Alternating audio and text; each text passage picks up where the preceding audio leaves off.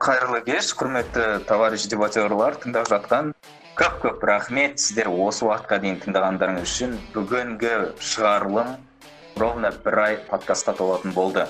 Осыған орай мен барлықтарыңызға рахмет айтқым келеді. Тыңдаған, қолдаған, осы бір айдың ішінде бізде басқа адамдарға айтып, стористеріңізге салып, барлықтарыңызға айтып жүргендеріңіз үшін көп рахмет. Біз қазіргі кезде тек қана ВКонтактедағы подкастты шықпаймыз, Яндекс Музыкаға, Apple'дағы iTunesқа шығатын болдық, және сіздер естімесеңіздер барлық сілтемелерді осы шығарылымда қалдыратын боламыз, және соларға өтіп рейтингтардағы өзіңіздің оценкаларыңызды қойып, бізді көтерсеңіздер болады. Өйткені сіздер көбірек тыңдасаңыздар, қолдасаңыздар, соғұрлым көбірек адамдар тыңдайтын болады, және бізге де жақсы болады, және біз де өзіміздің качествомызды көбейтетін боламыз.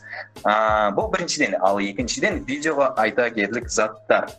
Ең бірінші бұл видеоны түсіргенімізде екі себеп болды. Ең бірінші себебіміз ол төрешілік деген теманы, проблеманы, мәселені айта бастау. То есть бұған дейін айтыла келді, бірақ осы видеодан кейін мен қаладым, как можно больше людей, чтобы это говорил. То есть официально, на национальном уровне дегенде сияқты дәрежеде сөйлесін, осыларды шешсін, және шешкісі келетін немесе осыған қолдап көмектескісі келетін адамдар болса, солар маған жазып, барлықтарымызды бір команда жинап, осыны ары қарай шынында да турнирлер басталмағанша дейін, турнирлер басталған кезге дейін осының барлығын уже проблема емес, барлығы шешіліп, барлығы дайын тұратын кітапша ретінде шығару болып табылады. Ал екіншіден YouTube платформасына шығымымыз келді. Яғни YouTube платформасына деген бұған дейін білген жоқпын, қандай контент жасаса болады екен.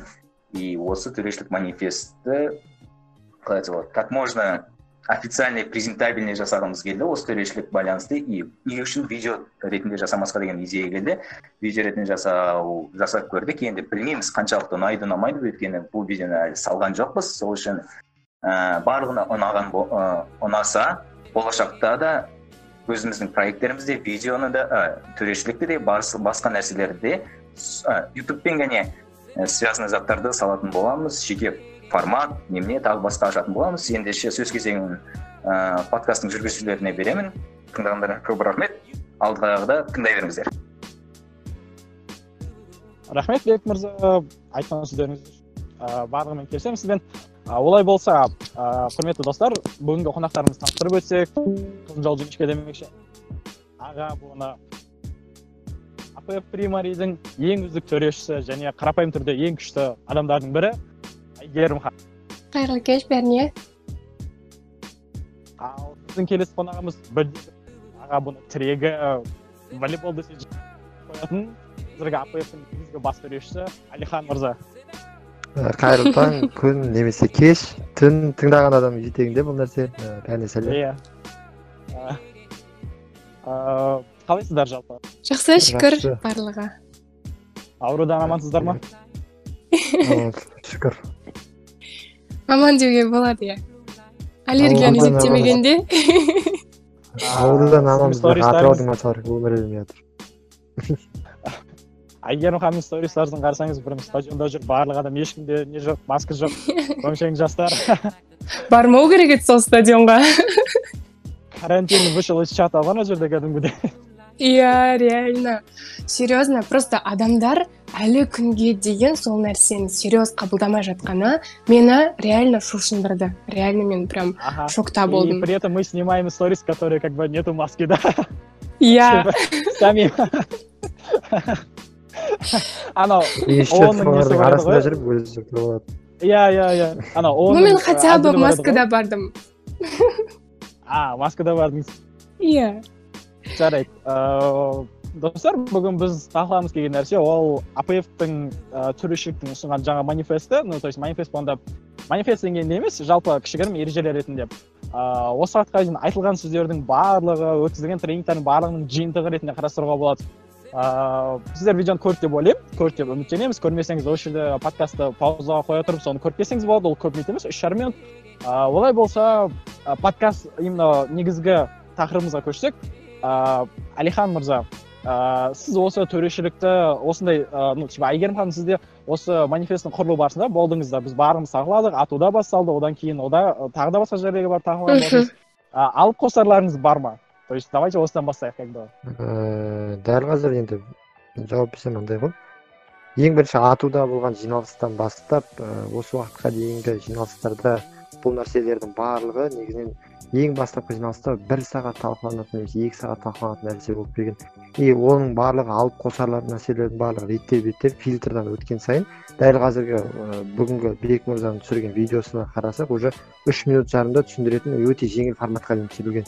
Дәл қазіргі кезде бұл нәрсеге менің алып қосар ретінде айтатын нәрсем жоқ, себебі мен осы уақытқа дейін осы нәрселердің барлығының басының қасында болғаннан кейін ешқандай ешнәрсе алып қоса алмаймын, себебі осы уақытқа дейін барлығын беріп тастаған. Айко? Иә, Бек жақсы 3,5 минутқа сыйдырып, андай четко қысқартып, нақты нәрселерді айтты, бірақ оның ішінде де біраз айтылмаған нәрселер бар. Оның ішінде мысалға төреші Алматы пікірсайыс федерациясы немесе де Алматының барлық клубтарында қандай болу керек, яғни ақпарақ төреші ма, ақылды ақпарақ па, немесе төреші в основном не нәрсеге қарайды, идеяға ма, кейсқа ма деген сияқты, то есть маңызды, бірақ екінші второстепенный дейді ғой, второстепенный нәрселері бар әлі де, бірақ біз қазір қалаймыз, чтобы хотя бы сол 3,5 минуттық айтылған дүниелерді адамдар өздеріне сіңірсе және сол нәрсені іске асырып алса біріншіден, содан кейін барып біз уже ары қарай ашатын боламыз. То есть сіздер ойлап қалмаңыздар, ну типа релеванттылық, дәлелдену маңыздылығы болды, осы шақ нәрсе ма деген сияқты емес. То есть оның да ішінде біраз нюанстары бар, бірақ ол нәрселер алдағы уақытта одан да тереңірек түсіндіріледі деген нәрсені айтқым келеді. Сосын бізде мынандай нәрселер бар ғой, Алматы пікірсайыс федерациясының сертификацияланған төрешілері және де Алматы турнирларында болатын жалпы төрешілерге арналған нәрселер. Енді бұл видеода айтылатын нәрселердің барлығы негізінен жалпы төрешілікке қатысты. Ал бағанағы ақпарат төрешілік, барлық төрешіліктің өтір нүктесіне дейінгі айтылатын нәрселердің барлығы ол уже АПФ-тің сертификатталған төрешілеріне байланысты болатын нәрселер. Но бірақ барша ортақ төрешілікке бұл нәрсе жай уақытымен, жай өзінің баспалдағы келген кезде ғана басылып орнатылған нәрсе. Ең алғаш бұл нәрселердің барлығы бізде АПФ-тің осы алдын карантин басталғанға дейінгі 3 апталық тренингтер немесе 3 күндік тренинг қателеспесем, сол тренингтерде ол барлық қатысқан адамдарға түсіндірілген нәрсе болатын. И ол нәрселердің барлығы жалпы ортақ төрешілікке осы әрбір клубтан келген АПФ-тің сертификатталған төрешілердің арқасында барлық клубтарға тарайды деген сенімдеміз. Менің ойымша, сенген сияқты кішігірім Әлихан мырза типа провластный дейді ғой, типа АПФ-тің тарапынан нағыз қорғаушысы роль ретінде де ешкім көріп жармаймыз. Әйгерім ханым сәл нейтрал, онда мен АПФ-тің рөлін алайын, типа мен критика жетуші болайын, ал сіздер типа идеал тастап отырайын да. Мен түсінігім бойынша осы атуда, помните, как бы біз тағыла бастаған кезде мынандай ұсынған мынандай әңгіме шыққан болды уже. Аргументке қойылатын 4 талап деген сияқты. Ол релеванттылық, актуалдылық, дәлелдену, маңыздылық, и сосын ақылы қонымдылық. Яғни сондай бір 4 критерий ұсынған болатынбыз, сол 4 критерийді маңызды деп санаған болатынбыз. Менің түсінігім бойынша қазір сол ақылы қонымдылық деген затты тек қана дәлелденуде абсурдқа дейін алып бар деген сияқты нүктеге қосқан деп түсіндім. Сұрақ в чем вообще? Әйгерім ханымға сұрақ. Сіз айтып жатсыз ғой қазір идея маңызды ма, кейс маңызды ма? Менің ойымша түсінігімде екеуі де маңызды. Егер сен нақты нормальный дебатер болатын болсаң, сен жақсы идеяны жақсы кейстің ішіне салуың керек. Ал егер салмасаң, онда сен кейс құралған жоқсың. Просто біз дебат дегеннің форматының анықтамасы бойынша сен нақты түрде сөйлеуің керек. Сіздер осылай ойлап көрмедіңіздер ма? Яғни біз изначально дебат деген нәрсе ойнап жатырмыз. Дебатты үшінші тарап бағалайды. И үшінші тарап бағалау үшін оған четкий критериялар керек. Ал сол критериялар ол кейс деп аталады. Ал кейстің ішінде идея болса болды, болмаса, значит, ладно, идеяң күшті, базар жоқ. Но егер оны сен структурыйне жеткізе алмасаң, онда зачем ты дебатер деген сияқты ойлап көрмедіңіздер ма? Иә, ол нәрсеге келісемін, мен ол нәрсені айтқым келген жоқ. То есть біз сол жерде талқылаған кезде мынандай нәрсеге спорить еттік. То есть представим ситуацию бірінші жағдайда, то есть сенің бір тарапыңда идея мықтырақ, бірақ функционалдық тұрғыда оларда кішкене төмендеу болады. Ол не нәрседен болуы мүмкін? Либо ол раскол болуы мүмкін, либо ол завал болуы мүмкін. Типа, вау деп айтатындай раскол болмаса да, раскол болуы мүмкін белгілі бір тұрғыда, кішігірім болса да. Ал бір тарапта ол нәрсе жоқ, бірақ ол идеясын мықтырақ болуы мүмкін. Тура осы ситуацияда салыстырған кезде біз сұрақ қойдық. То есть, например, бір тарапыңда сенің кішігірім болсын, например, завал либо раскол болып тұр, бірақ идеясы мықтырақ, ал келесі тарапта ол нәрселердің барлығы жоқ. То есть, завал да жоқ, раскол да жоқ, екеуі прям все гладко, екі спикер де өзінің функциясын дұрыс атқарып жатыр, бірақ идеялық тұрғыда сәл де болсын әлсізірек болуы мүмкін. Вот осы жағдайда не істеу керек дегенге қатысты мен айтқан болатынмын. Ол кезде қақтығыс нүктелері ол нәрселердің бәрі қарастырылады. Вот осы нәрселердің бәрі қарастырылады, Келінбай. Бірақ жаңағы 3,5 минуттық видеода ол нәрселер айтылмаған, түсініп тұрсың ба? И мен сол нәрсені айттым. То есть берілетін жаңағы 3 нәрсе, бірақ одан да бөлек, то есть нюанстар, кейбір енді бәріне бірдей нәрсе болмайды ғой. Кейбір нюанстар болады. Сол нәрселер алдағы уақытта біз айтамыз деп айтып жатырмын. Түсінбей отқанда адамдар болып қалуы мүмкін, қазір не тақылап отырсыңдар, вообще не етесіңдер. Просто біз именно осы АПФ төрешілігін, ол негізі барлығына белгілі нәрселер ғой, ережелердің барлығы да, кітаптарда жазылған, ойбай бүкіл адамдар тренинг өтіп жатыр. Просто біз барынша көп ситуацияларды қарастыруға тырыстық, чтобы вообще ол ережелерге сұрақ қалмау үшін. Вообще, то есть вообще любой ситуацияны қарастырып көру керек, и любой ситуацияда біздің ережелеріміз жұмыс істеу керек. Сол үшін біз осындай қатты заттарды қарастырған болатын, сондай мелочь заттарға кіріп, не үшін сұрақ қойып жатырмыз, тақылап жатырмыз дегенге байланысты. Олай болса, менде бір андай идея болып жатыр, қалай ойлайсыздар, мына айтылған видеода менің ойымша мысал жоқ сияқты вообще. То есть әрине барлық ережелер бар, четко, нақты, но мысалы бір адамға айту мүмкін предмет дебаты деген мынандай деп ережесін айтасың, но ол түсінбейді. Егер сен оны мысалмен түсіндіретін болсаң, ол түсінеді, и ол белгілі оған уже сразу түсінеді.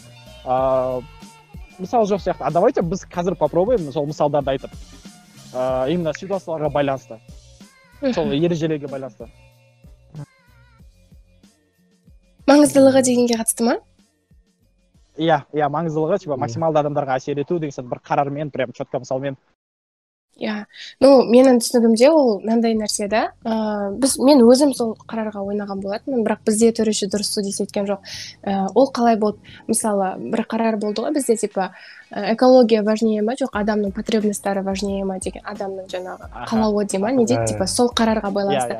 То есть ойыншыда анандай нәрсе болмайды, типа менікі маңызды емес деген сияқты. Либо сен вообще бұл қарарда сен маңызды емес нәрсе айтуы мүмкін емес да. Просто сен ол жерде төреші ретінде қайсысынікі маңыздырақ деген сұраққа жауап бересің. То же самое, типа релевантты, мынакі релевантты емес, мынакі релевантты деуде мүмкін дұрыс емес шығар, бірақ более релеванттырақ дегенге мен, то есть всегда өзім төрешілігімде мысалға солай төрешілік жасауға тырысамын. То есть дәлелдейді екеуі де әйтеуір өздерінің шарқы келгенше, бірақ солардың ішінде қайсысы жақсырақ дәлелдеді. То есть дәлелдеу дегенде просто қазір именно білмеймін, мен көріп жүрген дебаттерларда просто қалай аргументтің атауы, тезисі и там білмеймін болды да. Там солай аяқтауы мүмкін, егер жас буын болатын болса. Мен олай бөлгенім емес, просто енді оларға солай түсіндіріледі.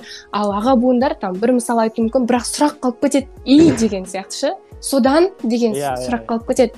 То есть дәлелденуі деген нәрсе бұл жерде сен до конца сұрақ қалдырмауың. Ал маңыздылық дегенге байланысты жаңағы мысалға экология важнее, адам құндылығы, типа потребности важнее емес деп айта алмайсың ғой реально. Сен айтасың то, что оныкі маңызды шығар, бірақ менікі маңыздырақ, неге деген сұраққа жауап бересің. Типа солай да. Анау дәлелденуге байланысты айтып жатсың ғой, типа деген сияқты мысалы менің ойымша любой дебатқа келіп былай нормально ойнап бастаған адамдар іздеп бастайды өзінше қосымша материалдарды, қалай деген сияқты. Сол жерде Акулиштің дәлелдеуінде мынандай нәрсе бар еді. Адам жұмыссыз қалды дейді да, и ол жаман деп айтады. Бірақ дебатер ретінде дәлелдеу үшін жаман екендігін. Мүмкін адам жұмыссыз қалып өзіне ұнаған заттар істеп кететін шығар, кім біледі, дұрыс па? Мүмкін өзінің махаббатын тауып алған шығар, әлі өмірлік то дәлелденбейді. Адам жұмыссыз қалды, не болды? Оның экономикалық жағдайы нашарлап, бір экономикалық жағдай нашарлағаннан кейін отбасында ұрыстар пайда болуы мүмкін, әртүрлі. Ол ары қарай депрессияға алып келуі мүмкін. Ал депрессия ол өте ауыр мәселенің бірі, психологиялық расстройство, ол суицидке алып келуі мүмкін, ұрыстарға алып келуі мүмкін. Вот осылай адамның жұмыссыз қалғанының не үшін жаман екенін дәлелдеу керек до конца. Когда оның фундаментальный, типа, функцияларына зиян келетін кезге дейін, яғни немесе абсурдқа дейін. Ал оған дейін дәлелдемейді адамдар, келеді айтады, ну типа мынау жаман дейді, и сен сұрайсың, не үшін жаман ол, вообще с чего ты взял? Мысалы феминизм жаман қазақстанда, сен дәлелде не үшін жаман екендігін.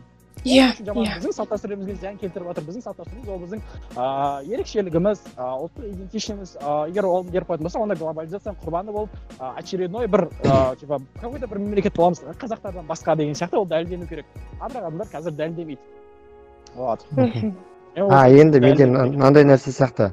Дәлелдену, маңыздылық, релеванттылық деген сіздер айтып жатқан түсініктердің барлығы ол ойыншы тарапынан ойында осы нәрсені қалай түсіну керектігі жөнінде айтып жатсыздар. Дәл қазіргі бізге айтылу керек нәрсе осы релеванттылық, маңыздылық, дәлелдену, ойыншының айтып жатқан нәрселерінің осы ішінен осы үш нәрсені іздеп табу керек. Төрешінің тарапынан сөйлеуіміз керек. Біз төрешілерге бұл нәрсені түсіндіруіміз керек та. Ал ойыншыларға түсіндіретін ол біз Алматы Пікірсайыс Федерациясының академиясы бөлек болатындығы да. И бізге дәл қазір төреші мектебін құрып осы төрешілерге арналған манифест жасап жатқаннан кейін бұл нәрселердің барлығы төреші қалай анықтау керек деген сұрақтарға жауап беру керек сияқты. Ал ойыншы ретінде емес. Біз ойынның бұрын бұл манифест басталған кезде, төрешілік кеңес басталған кезде бізде әрбір ойынды осы кейсті ұсынушы тараптан немесе турнирді ұйымдастырушы тараптан идеалды кейс деген нәрсені болуын талап еткен болатын. Негізі сондай нәрсе болуы. И осы несінде қазіргі кезде Алматыда төрешіліктердің бір қате жіберетін кезде сырттан келетін төрешілерге жалпы тақырып бойынша брифингтердің мүлдем болмауы. Расында брифинг болады, мен қателессем, ну как кавычках болады. Таңертең жарты сағат болады турнирдің алдында. Бірақ расында турнирға келетін төрешілерге брифинг деген нәрсе тақырыпта не релевантты, идеалды кейс расында қандай болады, қандай бұл тақырыптарға маңыздылық деген қандай, ол қандай деңгейге дейін дәлелдену керек, осы төреші шешім шығарады ол нәрседе. И осы нәрселердің барлығында ол брифингтің өзі бір 3-4 сағат брифинг болу керек каждый раз. И ол нәрсенің барлығына жауапты идеалды кейс ұсынатын турнирді ұйымдастырып отырған тарап. Вот осы нәрсені түсіну керек. Ал ойыншыларға қазір релевантты, мысалы екі қарсылас бір-бірінікі айтып жатқан нәрселер никогда релевантты болмайды. Өздерінде дебат өретінді түсінесіздер, когда сен ұту керексің ол ойында, и сенің қарсыласың айтып жатқан нәрсесі бар, саған релевантты емес. Но бірақ бізге ойында нейтралды қарайтын ол не ғой, просто төреші. Жоқ, мен ол нәрсені түсініп тұрмын, Алихан, сен жалпы дұрыс айтып келе жатырсың, бірақ мынандай бір қызық нәрсені учитывать ету керекпіз да. То есть сен ойыншыны түземейтін болсаң, то есть былай да, біз қазір Кенбай екеуміз мына нәрсені айтып отырмық. Ол дәлелдену деп айтып қойдық та, дәлелдену деген не деген сұраққа жауап беріп жатырмыз. То есть ойыншыларға да, төрешілерге де бір информация, түсініп тұрсың ба? То есть сен оны айту арқылы төрешілер де ойланады, значит, осылай дәлелдеген кезде ғана мен оны дәлелдену деп қабылдайды екенмін ғой дейді. Бір ма? Екі ойыншының тарапынан қарастырып. Осылай дәлелденген кезде ғана, значит, менікін төреші қабылдайды. Значит, мен осылай дәлелдеу керекпін деп ойлайды, а төреші ойлайды, мен, значит, осындай дәлелдену қабылдаймын деп айтады. Вот осы нәрсені айтқым келеді. Аха. Ну, осылай. Түсіндік, бір-бірімізді. Біз бағана бірінші нәрсесіне түсінбедік. Сен просто кішкене басқашалай түсініп қалдың. Мен осы жерде бір нәрсені айтқым келеді. Біздегі вообще қазіргі ситуациядағы, статус-куодағы төрешілердің деңгейі шынымен де өте төмен. Даже біз АПФ-ті құрдық, там АПФ-те, например, 3-4 рет тренинг жасаған күннің өзінде состав әр кезде әр түрлі болып келеді. И сен білмейсің кімге не үйретіп жатқаныңды, реально хаос болып жатыр. Ол жарайды АПФ-ті былай қоя сал. Вообще қазіргі төрешілерді, клубтардағы төрешілер, сендер мысалға атап бере аласыңдар ма? Топ 10 төреші Алматыдағы. Мен лично айта алмаймын. Потому что біз даже энергокапқа төрешілерді шақыратын кезде прям біз саусақпен санап қалдық қой. Прям бір қолымыздың саусағы прям толмай қалды до такой степени. Потому что қазір төрешілердің сапасы өте төмен. Ол не нәрседен деп ойланып көрейік, осы жерде сұрақ қойып, ол неге олай болып жатыр? Потому что адамдарда төреші болуға деген мотивация жоқ, желание жоқ. Желание жоқ, неге? Потому что мотивация жоқ. Мысалға былай, сен любой бір турнир болғалы жатыр дейік, сол кезде сен ойыншы ретінде қалай ойлайсың? Мысалға, мен осы 8 қарар, 7 қарар берілді, осы 7 қарарға полностью дайындалатын болсам, онда мен, полный дайындалып баратын болсам, онда, скорее всего, мен үздік спикерді немесе там бірінші орын, екінші орын, үшінші орынды алу мүмкін деп расчет жасаймыз. Ал төреші қалай расчет жасайды? Типа, мен барамын и все, да. То есть біз білмейміз реально қалай үздік төреші болуға болатынын, немесе қалай ең үздік төрешінің кубогын алуға болатынын. То есть бізге конкретно критерий қоймайды. Сен егер төреші парағын, типа якобы бүйтіп айтады бізге, төреші парағын күшті толтырылған болса, онда сен үздік төрешілікті аласың. Саған.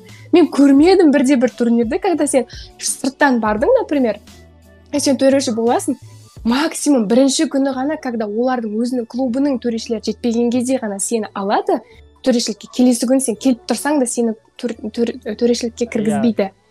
Осы нәрсе. А сенде қалай мотивация болады? Сен не үшін вообще төреші болуың керексің? Сен болғың келмейді. Сен, когда сені бір нәрсе мотивировать еткен кезде ғана сен төрешілікке ұмтыласың. Бірақ қазір бізде мотивация жоқ қой. Тем более үздік төрешіге кейде даже кубок бермейді. Кейде ақша беру мүмкін, өте аз ақша береді. Конечно, салыстырмалы тұрғыда менің бірінші орын алып 150 мың теңге, либо 100 мың теңге алғаным, и типа 50 мыңнан, либо 75 мыңнан бөліп алғаным маған жақсырақ, либо же ең үздік спикер болып, там 50 мың алғаным жақсырақ, нежели чем мен 2 күн бойы тура сол ойыншылар сияқты жүремін, тура сол ойыншылардан да артық энергиямды жұмсап, шаршап отырып, олардың айтқан дүниелерін тыңдап отырып, прям концентрацияда солай отырам. Не үшін, ради чего я так стараюсь деген сұрақ пайда болады да. И просто тупо сен болғың келмейді реально. Мен қазір өзімнің орта буын қыздарымды көремін, например, оларда реально не жоқ. Өйткені не ценится, түсінесіңдер ма?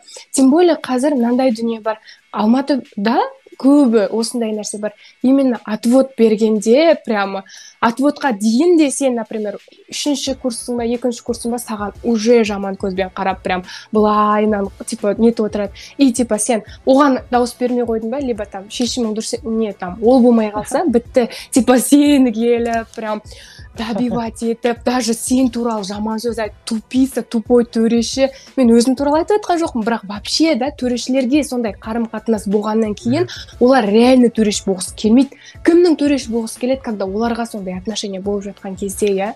Ну, я понимаю, ол нәрсенің мынандай екінші жағы да бар, что мынандай жағда бар, что олардың өзінің де, типа, төрешілік білімсіздігі шығар, бірақ ол нәрсе, ол төрешінің кінәсі емес, түсініп тұрсыңдар ма? Неге? Өйткені оны төрешілікке дайындамайды. Хотя логически ойлап қараңдар, ойын 50-50 ғой, то есть қалай ойыншыларға байланысты болса, солай төрешіге де байланысты. Мықты ойын болғаннан қайтейін, егер сенің төрешің әлсіз болатын болса, то есть бізде төрешілерді дайындамайды, төрешілікке үйретпейді. Бірінші курста турнир болған кезде кілт тасиды, гид болады, үйтет, анда-мында жүреді. Екінші курста прям сказочным образом оны там төрешінің орнына отырғызып қояды. Міне сен төрешсің. Максимум дайындайтыны турнирге 2-3 күн қалған кезде там тренинг жасау мүмкін. И то сен ойларсың, төрешілік ол оңай дүние емес қой. Ол кәдімгідей опытпен келетін дүние, ол да ойыншылық сияқты нәрсе, бірақ біз оған акцент қоймаймыз да. Реально біз оған акцент қоймаймыз. Ол рас нәрсе. Бізде дебатерлардың бәрін дебатер болуға дайындайды, бірақ төреші болуға ешкім дайындамайды расында. Одан кейін мынандай дүниелер де болады. Төрешінің типа неге салғырт қарайды, кейде мысалға бәрібір отношениемен бар төреші болады да. И ол нәрсе бас төрешінің де қателігі. То есть любой турнирге бар, бүйтіп айтады, отвод қабылданбайды деп айтады. Реально.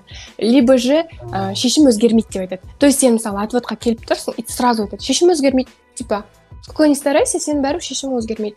Ал ол нәрсе анау кішкене әлсіз төрешіге бүркеніш та. Типа, ол сол бұтының айтқан сөзіне бола, типа, қандай жағдай болса да, там маған келіп кетер нәрсе жоқ. Жауапкершілік сезінбейді просто. Ол нәрсе, типа, бас төрешілердің де қателігі. И жаңағы мен айтқан, қайталап айта берем, айтқан жақсы көрем, потому что шынымен бізде төрешілікке үйретпейді ешқандай клубта, реально. Вот определенный әрбір клубта 5 адам болса, конкретно каждый турнирге тек төрешілікке баратын. Мен айтар едім, мына клуб реально төрешілікке дайындайды, бірінші курсынан келді, қалай келді, ол төрешілікке дайындайды. Но нет такого. Ешқандай клуб жоқ, ренжімесін. Шындық ол. Ол нәрсе дұрыс емес. Болады. Мен типа төрешіге дайындамайды деген сөз, ол мен емес, мен келісемін, что төрешіге дайындау бар болса өте әлсіз деңгейде. мен өз қолымда оны жасап көруге тырыстым. Ну, адамдарда просто бастайды да, дайындап бастайсың, сен базар жоқ, типа, давайте мына кітапты оқиық, мына жерін оқиық. И әр апта сайын тексеріп отырасың, давайте былай деген сияқты ойындарға салып көресің, оны видеолар жүріп көресің. От силы сенің басында бір 20 адам бастаған болса, соңында бір адам или даже ол да жетпеуі мүмкін. Адамды жарты жолға тастап кетеді. Почему? Потому что профит жоқ. Былай сырттан қарағанда. Но мен келісемін, что адамдар дайындамайды деген затпен. Неге? Себебі турнир ол клубтың абыройы. Клубтың абыройы үшін оны бастап жүрген адамдарға важно, чтобы өздері сияқты басқа адамдардың қадалып қалмауы. Ну, то есть егер нормальный адам болатын болса да, кейбір клубтары керісінше. Что важно, сол үшін олар не істейді? Өздеріне максимально дайындауға тырысады және өздеріндегі анау типа онша емес адамдарды, то есть хоть какой-никакой фильтр жасайды, олар тазалайды, типа алып тастайды, не қылады. Ал содан кейін барып оларға төрешілер келеді. То есть сіздің қазіргі критиковать етіп жатқаныңыз, олар какой-то отбордан өткен, бірақ ол отбордың әлсіздігін айтып жатқан сияқтысыз қазір. Ну, білмеймін, ол нәрсе может быть реально қазір бүкіл Алматы бойынша төрешіліктің әлсіздігінен шығар. Типа отбор болды, бірақ ол типа никакой отбор. Может, мен сол үшін солай айтып жатырған шығармын. Мүмкін, иә. Просто андай нәрсе ғой, барлық клубтар турнирге 2-3 күн қалғанда дайындау. Иә, мен соны айтып жатырмын ғой. Ол нереально төрешілердің дайындауына аз болады.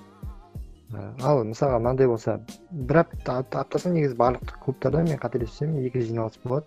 2 жиналыстың біреуінде ол прям дебат ойнайтын жиналыс болса, нелерді дайындайтын. Ал екіншісінде ол жаңағыдай төрешілікке более бейімдейтін бір жиналыс болады. Ол кезде вот вообще төрешілік деңгейі жоғарыда болатын бет деп ойлаймын ше. Бірақ өзім ол клубты ондайды біздің клубымда істемеген. Иә. Кейіннен ойлағам ол нәрсе просто. Сосын менде мынандай ой бар, я келісемін Алиханмен.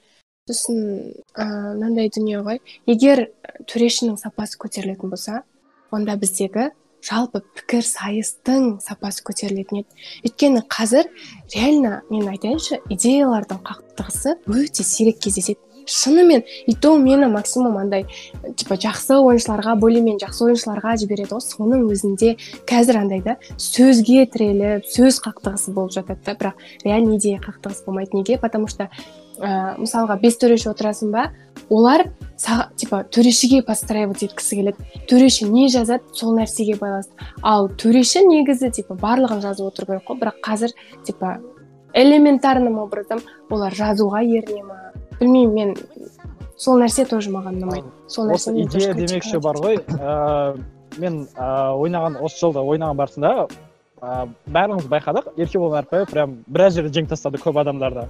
И причем оның қарсыластарында прям шанс болған жоқ жеңуге даже. Ну, мен түсіндім, оны көп ойындарына төреші болдым, көп ойындарын көрдім, қарсы ойнадым. Сол кезде анализдеу барысында бір түсінген нәрсем, ол күшті идеямен шығады екен. Әрине оның дәлелденуі, там статус барлығы, идеально барлығы кейстер нормально. Ал оның прям ерекшелігі, то что одағы оригинальность идеяда. Оригинальный идеяға шығады мен саған қарсы. И сен ештеңе айта алмайсың, себебі сенің кейсің барлығы там уловкаларға негізделген, какой-то алдауларға, какой-то бір ловушкаларға, а он тупо прям прямой, да, стена просто, ештеңе істей алмайды ол нәрсеге. И осы сен көріп барысында мен осы бір кезде ол жарты жыл бойы прям полный доминацияда жүрді, и потом ойыншыларға жетті, что оказывается оны идеямен жеңу керектігін, и олар да оған қарсы күшті идеялар айтып бастады. То есть как бы хоть какой-то там демпинг па, эволюция болды бізде. Иә. Менде мысалға мен төреші болып жүрген 3 жыл ма, 2 жыл ма болды ғой қателеспесем. Сол кездегі менің самый андай нормальный идеямен ойнай алатын ойында, нормально, самый әділетті ойнай алатын ойыншы ретінде мен мойындайтын адамдардың бірі Еркебол Нәріпбаев болды, шыны керек, расын айтайын. Мен қанша ойынға төреші болдым. И оның осы нәрсесі ойында көп нәрсені шешеді, егер төреші ол нәрсеге дұрыс қарай алатын болса. Біздің Алматыда бізде мынандай болып кеткен ғой түсініктер. Бізде атақты ойыншылар бар, который төрешілер одан қорқатын, олардың атағынан қорқатын. Несі табасыз. Просто бізде қазір Алматыда мынандай болып жатыр. Ойыншылар төрешіге емес, төрешілер ойыншының атағына қарайды, ой шешім шығаратын кез болып жатыр расына келген кезде. Көбіне себебі оларда төрешілерде өзіндік бір төрешілік нақты ой жоқ. Сол үшін де осындай проблемалар болып жатыр. Иә, осы жерде айта кеткім келеді, то что төрешілер ол нәрсені типа әдейі істемейді, оларға шынымен де үйретілген жоқ. Мен осыны айтудан шаршамаймын, потому что мен өзім 2-3 рет тренинг жүргіздім төрешіліктен, именно төрешілерге, которые реально потенциальный төрешілер, типа хотя бы бір рет болсын турнирлерде төреш болып келген адамдарға, олардың өзі қақтығыс нүктесі ол, когда сенің типа 3 спикердің аузынан сол нәрсе айтқан кезде бар бұл қақтығыс нүктесі деп саналады, немесе тағысын сол сияқты нәрселерді айтқанда көздері бақырайып отыратын нәрсе. То есть олар реально білмейді не нәрсеге типа сүйеніп шешім шығару керек екен. Егер олар сүйеніп шығаратын нәрсесі болған болса, артында стена тұрса, артында тау тұрса, олар любой қай спикерін келсін бәріне смело там негіздеп беретін еді өзінің шешімін. Өйткені олар сенімсіз, өйткені шынымен олардың там білімі төмендеу дәрежеде болғаннан кейін деп ойлаймын. Расында сол түптің түбінде келгенде проблемалардың барлығы бізде бұрыннан әрбір клубта төрешілік, нақты бір төрешілік мектептің болмауы. Осы жерде мойындап кету керек. Анау сіз помните, неде жиналған кезде, атуда жиналған кезде, сол кезде түсіндіргеніңіз типа ақылды ақпарат деген не деп. Мен оған ақылды ақпаратты тек қана факт-чекингмен ғана шектейтінмін да өз ойымда. Ал нелер, завалдар болсын, әртүрлі қателіктер болсын, то есть неде ойындағы қателіктер болсын, оларды мен санайтын, что қарсыластар өздері айту керек. Егер айтпаса, значит олар довольны. Онда олар довольны деген сияқты.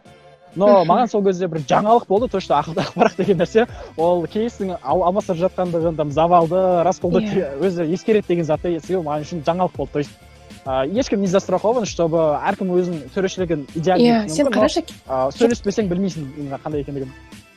Қарашы, Сәткенбай, сенің өзің солай істеп жатыратын болсан, басқалары қалай сөз етіп жатыр, басқалары қалай түсініп жатыр. То есть бізде конкретно бір түсінік жоқ та, содан кейін ғой болып жатқан. Сосын, кстати, жаңа Еркебұлан Әріпбай дегенге қатысты бір история есіме түсіп отыр. Қызық история, білмеймін енді қаншалық қызық, бірақ мен үшін типа ойландыратын дүние болған, сол үшін айта кеткім келіп тұр. Қырғызстанда турнир болды, Бішкек қаласына бізді шақырды. Біз бардық. Сол кезде 2 бас төреші болды. Біреуі олар өздерінен қырғызды сайлады, екінші бас төрешіні мені қылып сайлады. То есть қазақтардың ішінде тоже бізде 15-20 шақты төреші бардық. Соның ішінен типа мені бас төреші қылды. Сөйтіп полуфинал қателеспесем, немесе 1-4, скорее всего. И почему-то бір төрештен жіберді. 1-4-тен негізі бір төрештен жіберу менің ойымша қателік, өйткені уже как бы серьезный ойындар болып келе жатыр. Сондай жарайды, не суть.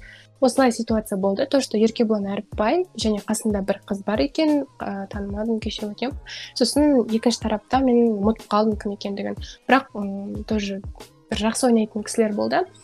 Сөйтіп ойын осындай дәрежеде өтті, что бір тарапта функционалдық, то есть Еркебұланның спикері әлсіз болды да, реально, ал Еркебұлан үкіметтің лидері болады. Сөйтеді, нетеді, жаңағындай идеяның барлығын енді үкіметтің лидері ол негізі ойында еш нәрсе шешпейді. Шешеді, бірақ енді, то есть максимально спикерлеріне кетеді ғой уже. Оның спикері әлсіз болғаннан кейін, мына жақта то есть түсініп тұрсыздар ма, осы жерде ойын мынандай түрде өтті.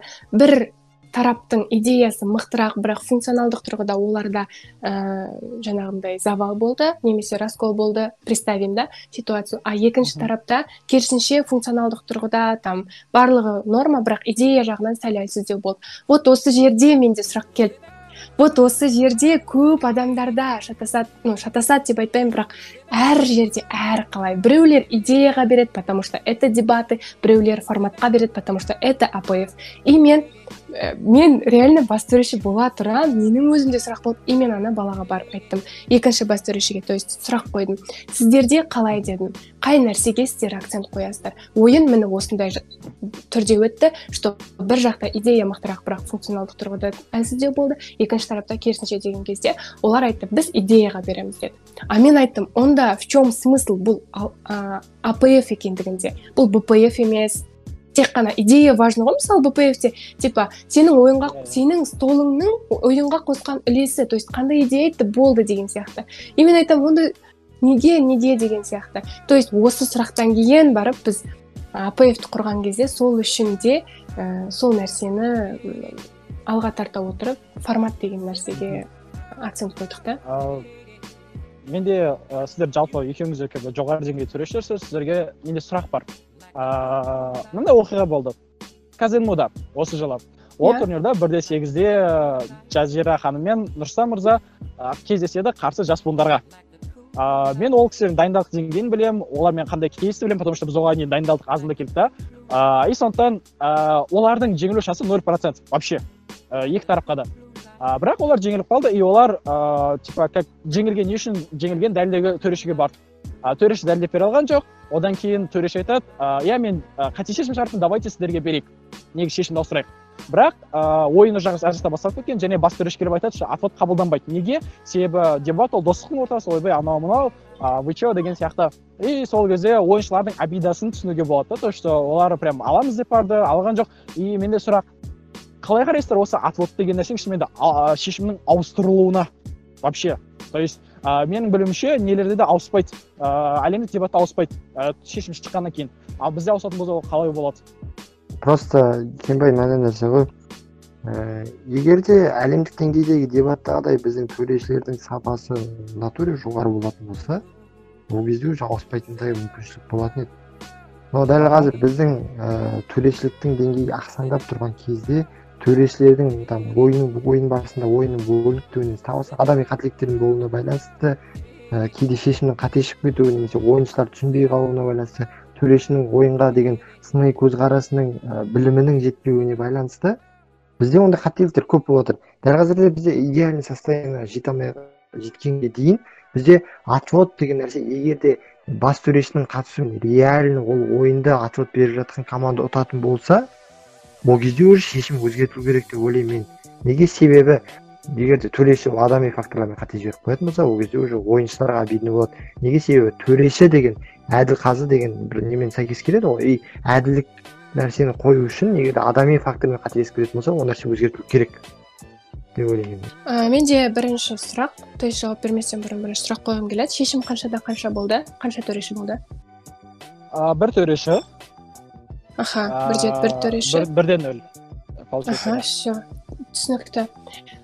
Неге бұлай сұрадым? Өйткені менде дәл осындай емес, бірақ дәл осы турнирде осындай бір жағдай болған. Казанмукапта 1-2-де ойнадық, то есть ол уже серьезный ойын болды. 5 төреші болады. Бірақ біз бетта лигасында ойнадық. Ол енді осыдан қанша жыл бұрын енді. Мен ойнап жүрген кез ғой, былай айтқан кезде. 5 төреші болады. Черно-белый суреттер ма?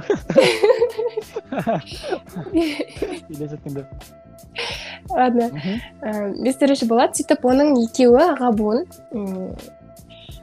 қалған 3-і жас буын. То есть біз ол кісілерді даже танымаймыз. То есть бізден де төмен, бір жыл төмен оқыған кісілер екен.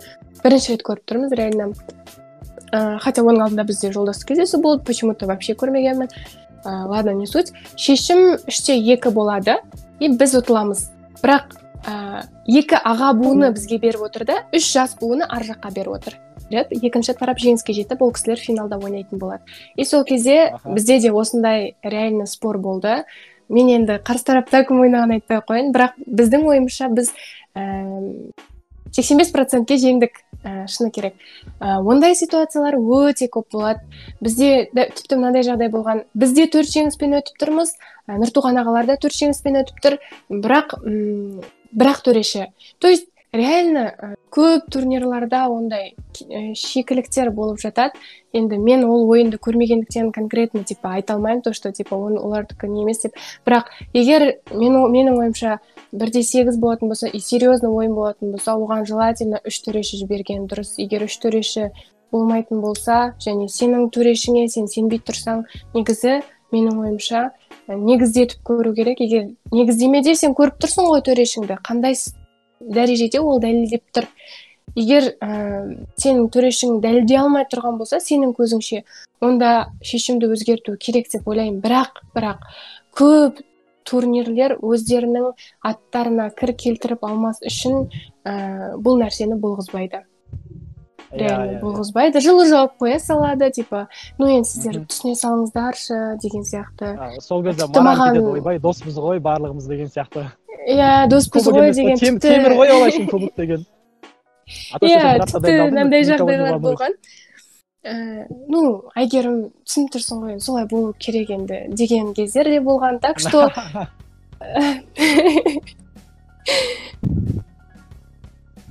солай. Бірақ мынандай ғой енді, мынандай мысалы осындай отводқа қарсы адамдар бар, и ондай адамдардың позициясын түсінуге болады. Олар мынандай айтуы мүмкін. Егер отводқа рұқсат беретін болсақ, и ол повсеместный практика болатын болса, онда нелер пайда болады, которые көбейіп кетеді отвод беретіндер. Көп беттер. То, что да, ну, то есть отвод беру көбею ол нормальный нәрсе болу керек, то, что адамдар түсіну керек, что төрешінің шешімін өзгертуге, ну, то есть төреш қате шешім шығаруы мүмкін, это нормально. Бірақ мынандай ситуациялар бар, то, что адамдар өздерінің несіне давить етеді, типа авторитетімен давить етіп, білмеймін, сөзбен не қылып, эмоционально давить етіп, төрешінің шешімін өзгертуге тырысуы мүмкін. Осындай ситуациялар бар болуы мүмкін, сондықтан от греха подальше давайте как бы отводты алып тастайық. По-моему, осындай шешімнің негізінде отводты алып тастаған сияқты, менің ойымша. Әлде онымен қарсы күресуге бола ма каким-то образом? Просто төреші мықты болу керек, все ғой, нәрсе барлығына. Иә, мен де соны ойлаймын. Тегі ол жақпен күреспей-ақ, сен бірінші өзіңнің төрешілігінің деңгейін көтеріп алсаң, уже ар жағы болатын сияқты. Мен расында айтайыншы, шыны керек осы уақытқа дейін төреші болған кезде отвод деген нәрсе маған келмепті вообще. Вообще білмеймін, вообще жазбапты маған ешкім андай отвод анау. Әлихан по-любому дәлелдей алмайды деп ойлайды шығар. Типа зачем уақыт құртып әзіл. Мен шыны керек айтайын, сондайлар бірақ көрдім. Өзінің авторитетпен давка жасап жатқан жігіттерді, жүрсек көшеге шығып сөйлесіп қайтайық деген жігіттерді көрдім.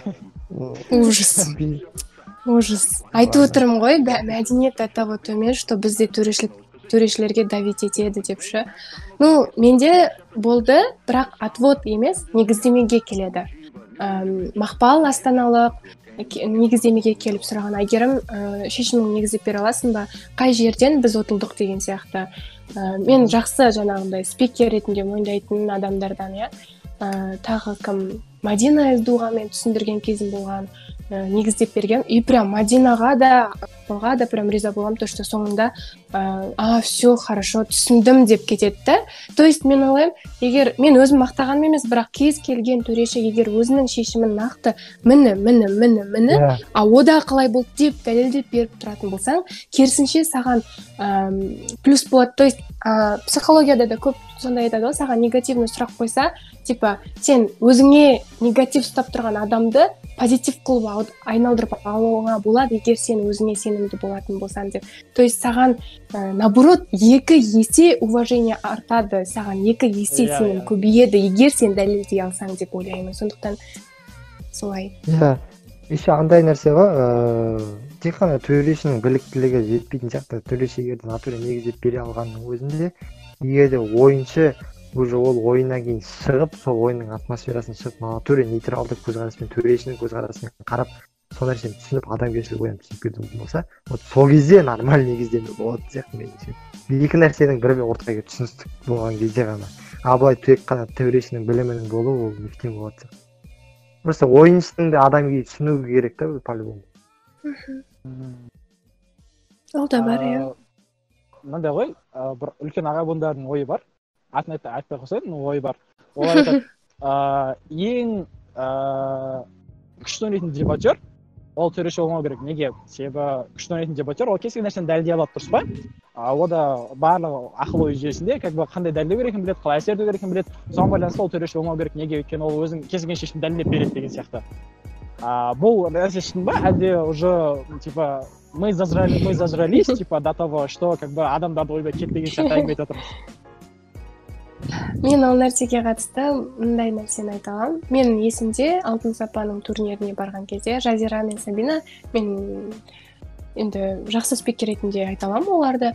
Олар айтқан болатын, вообще төреші болғымыз келмейді деген сияқты. Өйткені біз шынымен мойындаймыз төреші бола алмайтынымызға деп. Мен сенің айтқан идеяңды білмеймін, бірақ менде мынандай идея бар.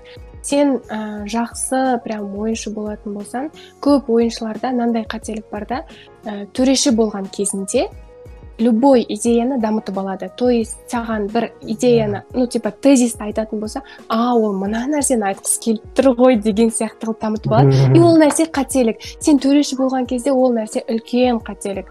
сондықтан да мен келісемін, то что жақсы төреші прям вау ойыншы бола алмайтын шығар, бірақ типа вау ойыншы да жақсы төреші бола алмайды дегенге қатысты. Иә, ондай да шектеулер бар негізі. Олай болса, менде мынандай сұрақ сіздерге. Мектепте мен былай үйреткен мұғалімдерім, егер мұғалім өзі білмесе, оны сен үйретпеу керек вообще. То есть ол сенде болу керек изначально, чтобы сен оны басқа бірге үйрете алатындай. Сіздер осы нәрсені қайдан үйрендіңіздер? Төрешілік ережелерін, білмеймін, оқыдыңыздар ма, сұрадыңыздар ма, іздедіңіздер ма, білмеймін, тренингтарға бардыңыздар ма, қалай? Менде былай болды.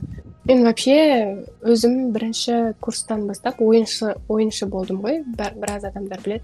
Мен өзімнің жаңағы мақтанып айтатын жетістіктерім, кубоктарым, мысалы қалалық республикалық кубоктарымның барлығын мен бірінші курста алғанмын. Мен бірінші курста реально прям білмеймін, мысалы қазір жүрген Жазира, Нұрдәулет, там кім кубок алып жүрген адамдардың ешқайсысы мен ойнаған кезде болған жоқ. То есть мен там Нұртуған ағалар, Нұрберген ағалар, Абылайхан ағалар, там кім жансаялар болды, дастандар болды. То есть сол кездерде реально ойнады да. Потом маған қызық болмады. Қызық болмай қалды деп ойнау, иә, именно.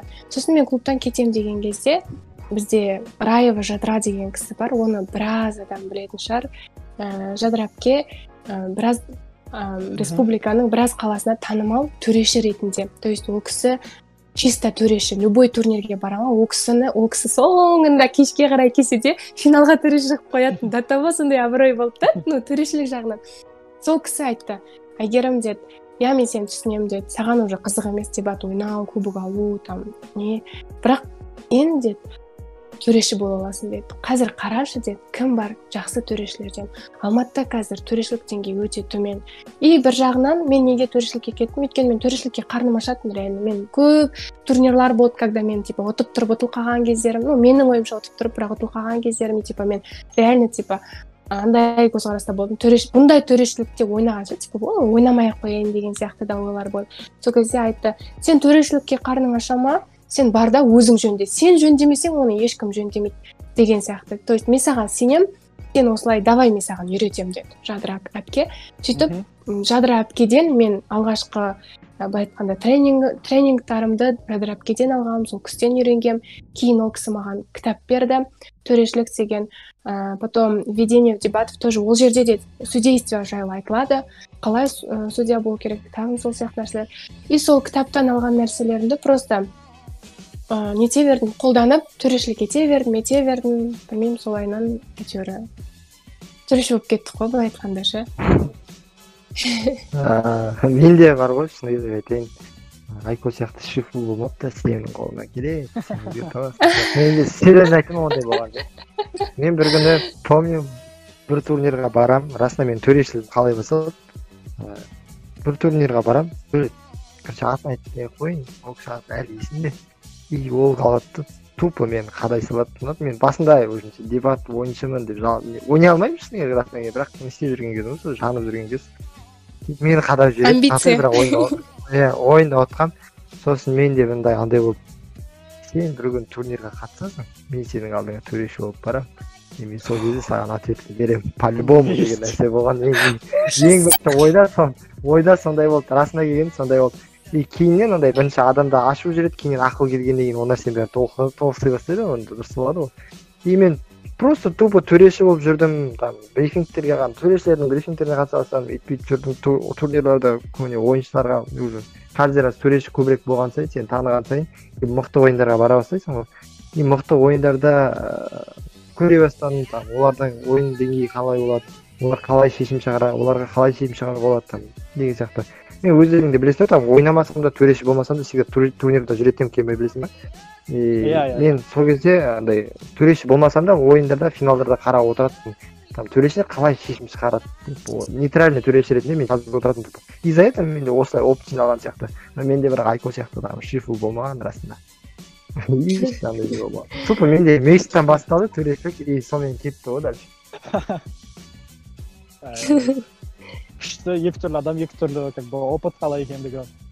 Мен қысқаша айтып кетсем, мен не болды, мен төрешік әрине үйретті маған клубта, былай жекеде үйретті, былай да үйретті. Бірақ маған прям қатты әсер еткен нәрсе ол анау дебат бар ғой, как побеждать в дебатах деген. Иә, содағы төрешілік жайлы, аргумент жайлы вообще сол кітапты оқып шығу, короче, жалпы айтқанда. Сол болды. Одан кейін логиканың заңдары деген ютубта видео бар. И 4 түрлі заң бар. Сол 4 түрлі заң түсіну ол LD-да прям қатты көмектеседі, себебі LD-да көп адамдар алдайды, А-ны Б-ға теңестіреді, ол тең емес, негізі вообще сөйтіп алдауға тырысады. Сен төрешілерде сен өзің алданып қалуы мүмкін, ойыншы болсаң вообще қиын. Солар түсіну, и сондай басқа адамдардан, сіздер сияқты адамдардан сұрау, соның арқасында мен түсініп алдым қалай екенін. Түсінгенде қалай қазіргі түсінігім осы деңгейге жетті. Хотя әрине одан жоғары қарай есть куда расти, но осылай деген сияқты. То есть примерно менде сұрақтар бітті, как бы. Егер любой нәрсе айтсаңдар, айта берейік деп. Иә, менде негізі айтар нәрсем бар. Ну, как бы ақыры осылай подкаст жазып жатырмыз, ақыры осындай адамдар оны тыңдасын деп таратып жатырмыз. Сондықтан бір пайдалы, менің ойымша кішкене пайдалырақ нәрсені айтуға тырысайын. Былай да қазіргі уақытта шынымен маған келетін көп сұрақтардың барлығы типа не болды сонымен АПФ деген сияқты, типа не істедіңдер деген сияқты. Иә, шынымен де АПФ-тің аты айғайлап тұр, бірақ не істеді деген сұраққа келген кезде кішкене айтарымыз азырақ болып қалады да. Бірақ бұл нәрсеге қатысты біз бір нәрсені түсіну керекпіз да. 5 адам немесе 10 адам бір нәрсені немесе бір қаланың полностью төрешілік деңгейін түзеп кете алмайды, сосын түсіну керекпіз. 5 адам бір нәрсені бастауы мүмкін, бір нәрсеге идея тастауы мүмкін, бір нәрсені, не знаю, давайте деп, осылай деп бастап беру мүмкін, бірақ оның тасы өрге жоғарылап көтерілу үшін айтады ғой, жұмыла көтерген жүк жеңіл дейді. Осы нәрсе болу керек. Мен бұл нәрселердің барлығын неге айтып жатырмын? Ну, типа, мен былай жауап беруіме болады да. Ну, біз асықпай істейміз, өйткені біздің алдымызда да сондай опыттар болды ғой. Сондықтан біз аз-аздан осылай істегіміз келіп жатыр деген сияқты емес. Конкретно осы жерде ашық түрде айтайық, иә. И әрбір осыны тыңдап отырған және өзінің пікірсайысшымын деп есептейтін адамдарға кішкене құлақ қағыс деп айтқым келеді. Себеп бар. Неге шынымен де АПФ, ну, біз не істедік, иә? Просто там біз стандарт жасадық, там мектеп аштық төрешілік, типа бастамасын істедік. И біз не істеп үлгермедік, ол сертификация жасаған жоқпыз. Әлі негізі істеген дүниемізден көбірек. Бірақ неге істемеді дегенге қатысты. Бірінші, ол менің ойымша клубтардың әрекетсіздігі мен бейқамдығы. Олар былай түсіндіреді, якобы олар өздерінің ерекшеліктерін жоғалтып алады, егер де біз айтқан стандартты олар қоятын болса.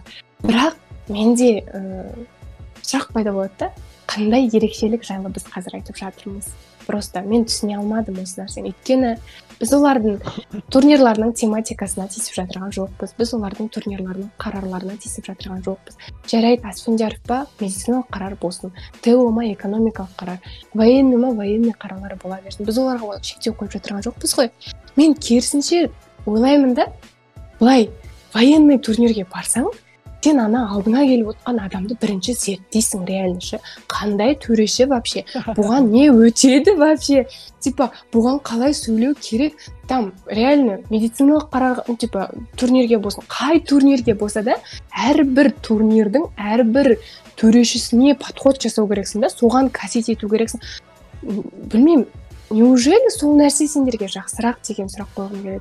Неужели, наоборот, жақсы, когда сенде определенный стандарт бар, и сен білесің төрешіге не нәрсе өтеді, ол не нәрсені қабылдайды, не нәрсені қабылдамайды, деген сияқты, не нәрсеге байланысты шешім қабылдайды деген сұрақтарға сенде уже жауап болғанда, сенің акцентің, сенің фокустың тек қана өзіңнің айтып жатырған кейсің мен оппоненттің идеясына қандай қарсылық айтсам екен дегенге энергияңмен, там, уақытыңды, там, неңді, фокусыңды жұмсайсың да, нежели чем төрешін аңдып отырасың да, төреші не нәрсені жазған кезде ғана сол нәрсеге ғана қарсылық айту.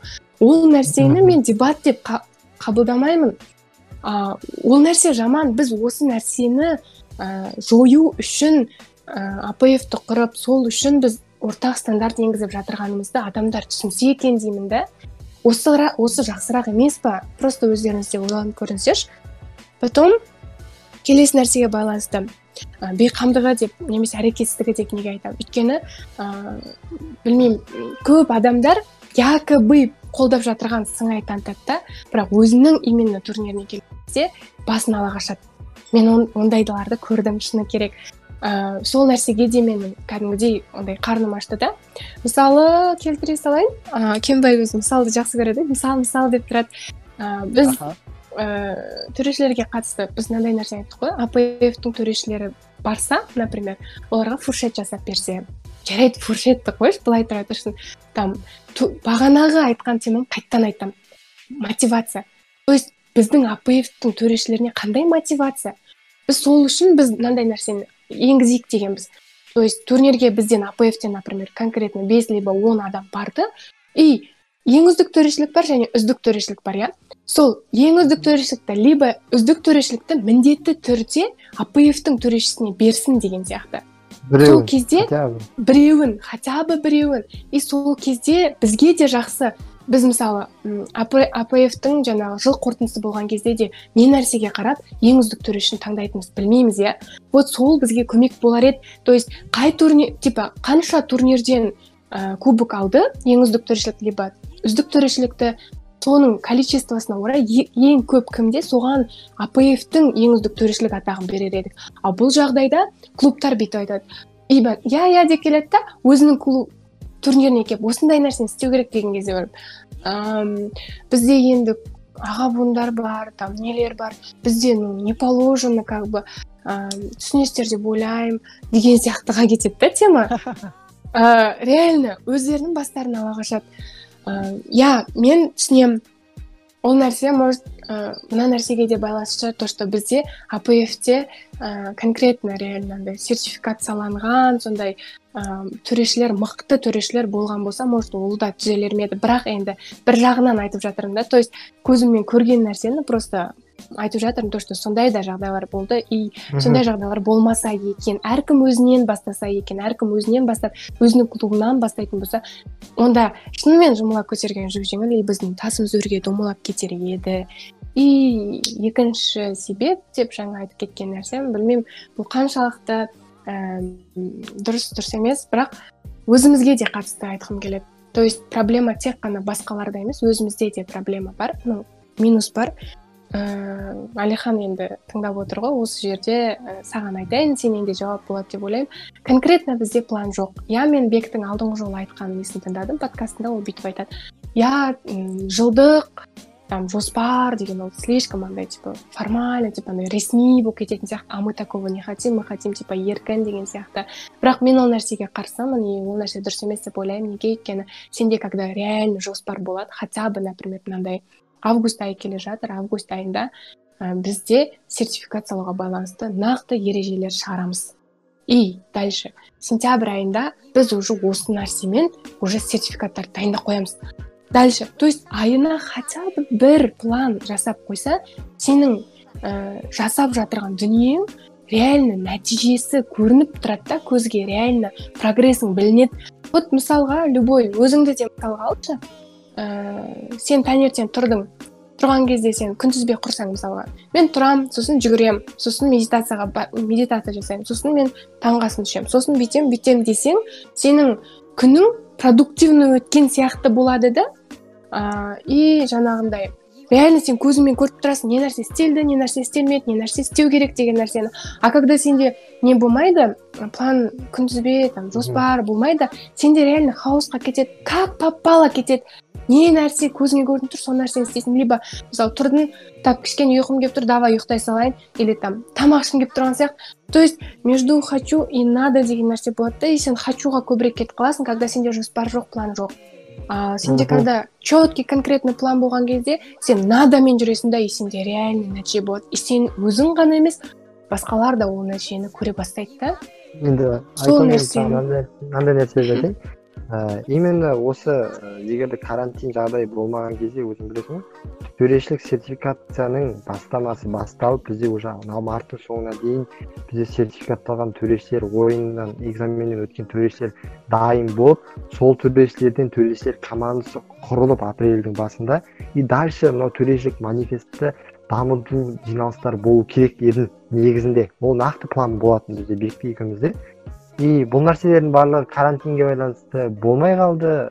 За это бүткіл бізде план жоқ сияқты болып көрініп қалды. А егер де расында карантин болмаған кезде бізде мүмкін бәрі басқаша болатын еді. Енді Айко, саған бәріне рахмет. Бағана бір жұмыла көтерген жүгіргенге байланысты сен енді оңтүстіктің адамы ретінде более жұмсақ айттың ғой. Енді мен мынандай нәрсені айтайыншы, батыстың адамы ретінде құрметті қатайған аға буындар.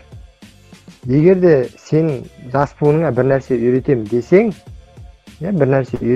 жас буынның натуре нормальный дебат ойнағанын қаласаң, қатаймы өзіңнің принциптарыңды жақсы жаққа түзей біл. Егер де сен сияқты қатайған адамдар осы өзінің несінде принциптарына қатайып қала беретін болса, онда сенің клубың да бір күні іріп тынады. И бүткіл Алматының клубы іріп тынатын болады. Из-за этого біреудің бүткіл бір қарын майды бір құмалақ ретінде шіртпей, сол маймен бірге май болып кетуге тырыс. Тупы қатаюдың онда сен қажеттілігі жоқ. Просто мен түсінемін, координаторлар керек, жиналысқа мен барлық жиналыстарында болдым апаевтың. Бір нәрсе ұсынамыз, всегда координаторлар тұрады да, себебі координатор не үшін қоясыңдар? Координатор клуб үшін шешім шығару үшін қоясыңдар. А координаторлардың не сендердің шешім шығармайды, себебі аға буындарға жалтақтап отырады. Біздің Алматыда ондай клубтар бар, расына келген кезде аға буындарға жалтақтап, почти барлық клуб сондай шығар мүмкін.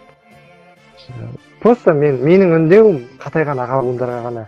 Егер де натуре фанатитет дебатпен ауырған жас буындардың шынымен де дебат ойнаған қаласаң, жүрегіңдегі ана тасты жіберте көр. И все. Мынандай нәрсе айтқым келіп отыр просто. Бүгін мен үшін АПФ-тағы соңғы жиналыстардың біреуі болуы мүмкін, себебі мен енді Алматыға бару-бармауым екіталай. Осы кезде мен 4 жыл уақыт ішінде менің пікірсайыс алаңында менің қасымда жүрген, маған кездескен барлық пікірсайыс ортасындағы адамдарға алғыс білдіремін деген нәрсені айтқым келеді. Мен конкретно бір ойыншы ретінде мықты болған жоқпын, кубок ретінде жеткен жетістігім болған жоқ, орындар алған шығармын, бірдің табысқан себебі үздік төреші немесе табысқан себебі алдым. Но бірақ ол нәрселердің барлығы аз болғанмен, бірақ мен 4 жыл ішінде менің қасыма андай бауыр ретінде болатын, қимас дос ретінде дамуға жетелейтін адамдар болған үшін барлығына рахмет айтқым келеді. Мен үшін дебатта менің тарихым біткен сияқты.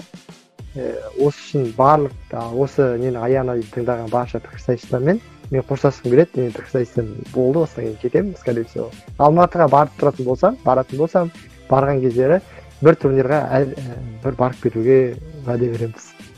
Рахмет болған сияқтымын. Мен соңғы нәрсені айтып кете салайын, білмеймін. Хотя бір адамға болсын осы нәрсе әсер ететін болса, мен бақытты боламын, қуанышты боламын. Мына нәрсені түсіну керекпіз. Біздер негізі, төрешілер, реально андай элитный орта бола аламыз.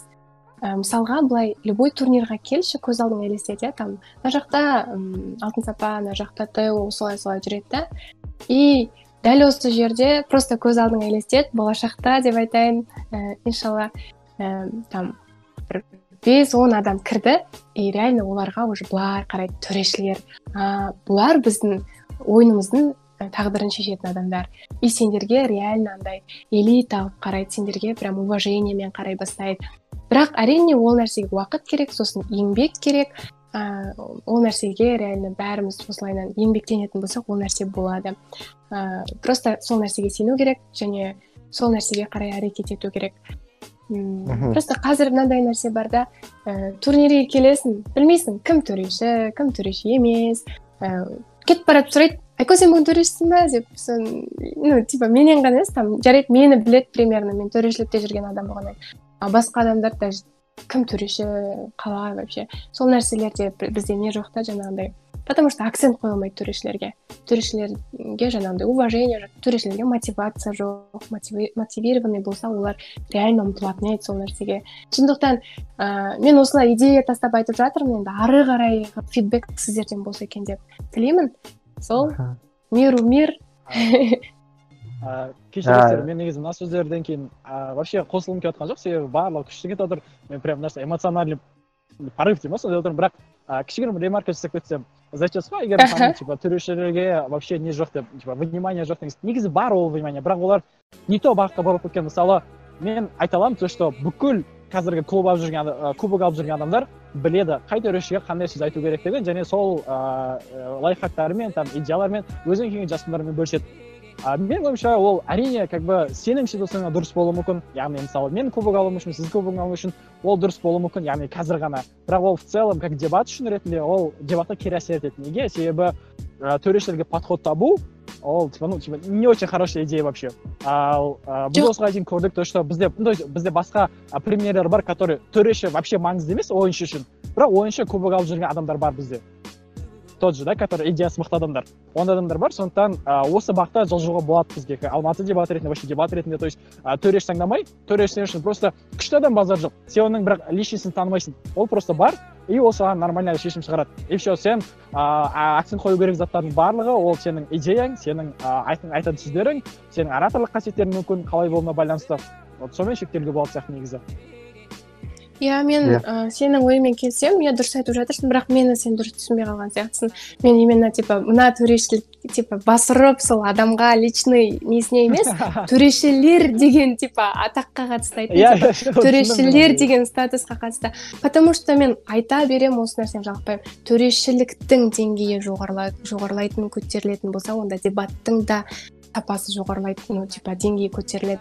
Реально. И мен наоборот қарсы емеспін. Мен білмеймін, сен неге қарсы екеніңді ол нәрсеге. Реально аға буындар пусть үйретсін, лайфхактармен бөлсін. Лайфхактары андай болсын да, сен релеванттылыққа қара, сен дәлелденуіне қара, сен маңыздылығына қара, сен актуалдылығына қара деген сияқты. То есть олардың менің айтқым келіп тұрған идея, олардың айтатын лайфхактары біздің төрешілік манифесттің ережелері болсын дегім келеді.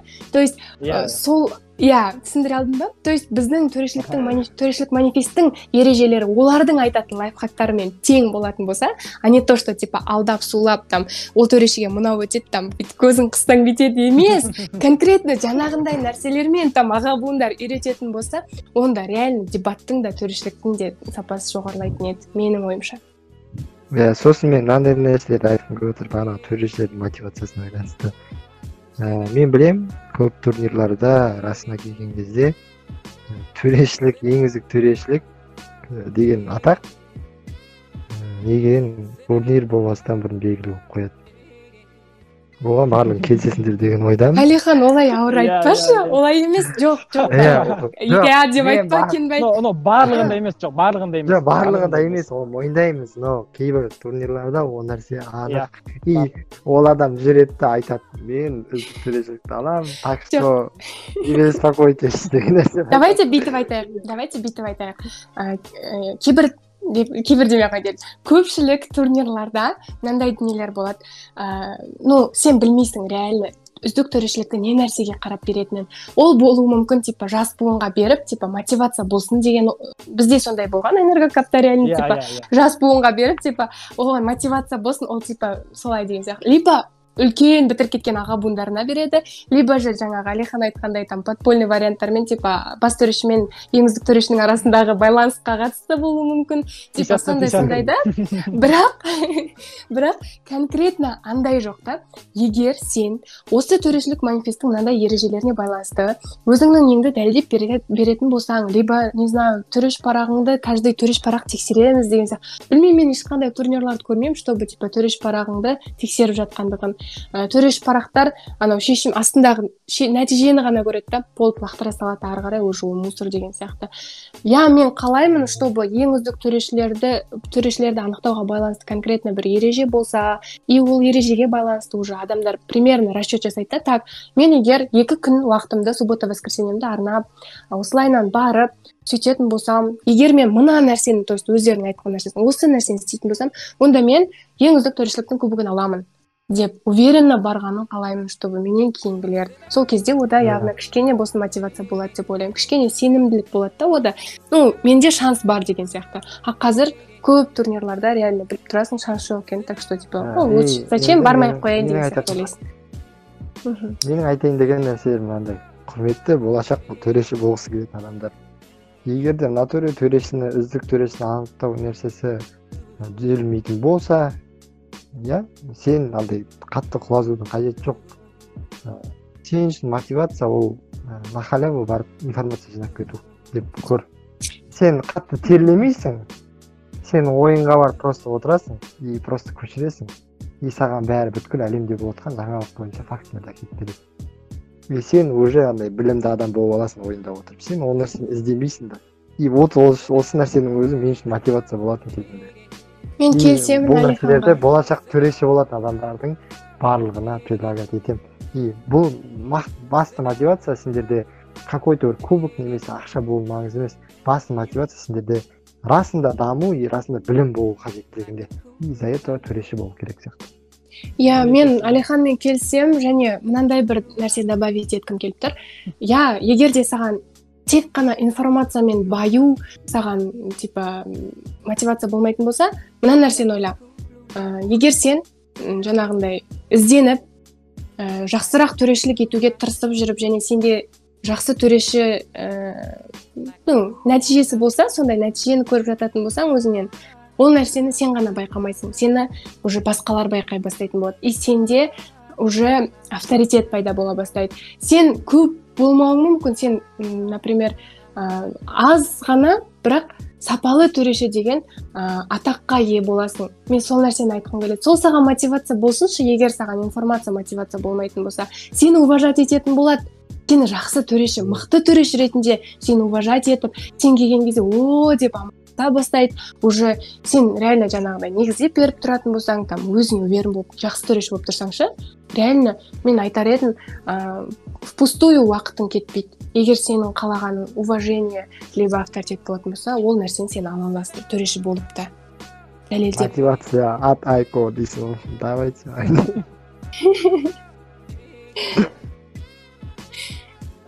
Ну, по идее, бітті, иә. То есть менде алып қосар жоқ. Мен көп нәрсемен келісіп отырмын. Мен ризамын сіздердің вообще сіздермен бір подкастта участвовать еткеніме қуаныштымын. Келгендеріңізге рахмет. Осымен болашақтарға айтатын өздеріңіз барыңыз айтып тастады деп ойлаймын. Егер айтатын болсаңыздар, тағы қосып қалыңыздар. Жалпы рахмет. Болады. Менің айтатыным Алматы дебатына рахмет и все. Мен де қуаныштымын. Осындай подкастқа шақырғандарыңызға рахмет. Сіздермен осылай ой алмасқаныма, кейбір жерлерде мысалға мен де өзімнің там дұрыс емес ойлап қалған жерлерім бар екенін түсіндім. Сондықтан рахмет осылай уақыттарыңызды бөлгендеріңіз үшін, және Алматы дебатына қатысты айтқым келетін нәрсесі бәрі әлі алда. Әлі мен сенем Алматының төрешілік деңгейі жоғарылайтынына. И болды. Рахмет бәріне. Енді мен, скорее всего, енді Алматыда төрешілікке қатысым болмайтын шығар. Егер онлайн болатын болса, мен қатыса бере аламын. Бірақ Атырауда жүргеннен кейін маған Алматыға всегда барып келу қиындық тудырады. Мүмкін емес нәрсе бұл. Менің орныма келетін, егер де барлығы індеттің барлығы құтылып, бәрі жақсы болып, баяғыдай күліп ойнап жүретін уақытқа келетін болсақ, менің орнымды басатын адамға, Алматының төрешінің қолына алатын адамға удачи. Давайте сенің қолына келетін мотивация беріп қояйық. Рахмет сендерге барлығы үшін. Сау болыңыздар. Рахмет, сау болыңыздар.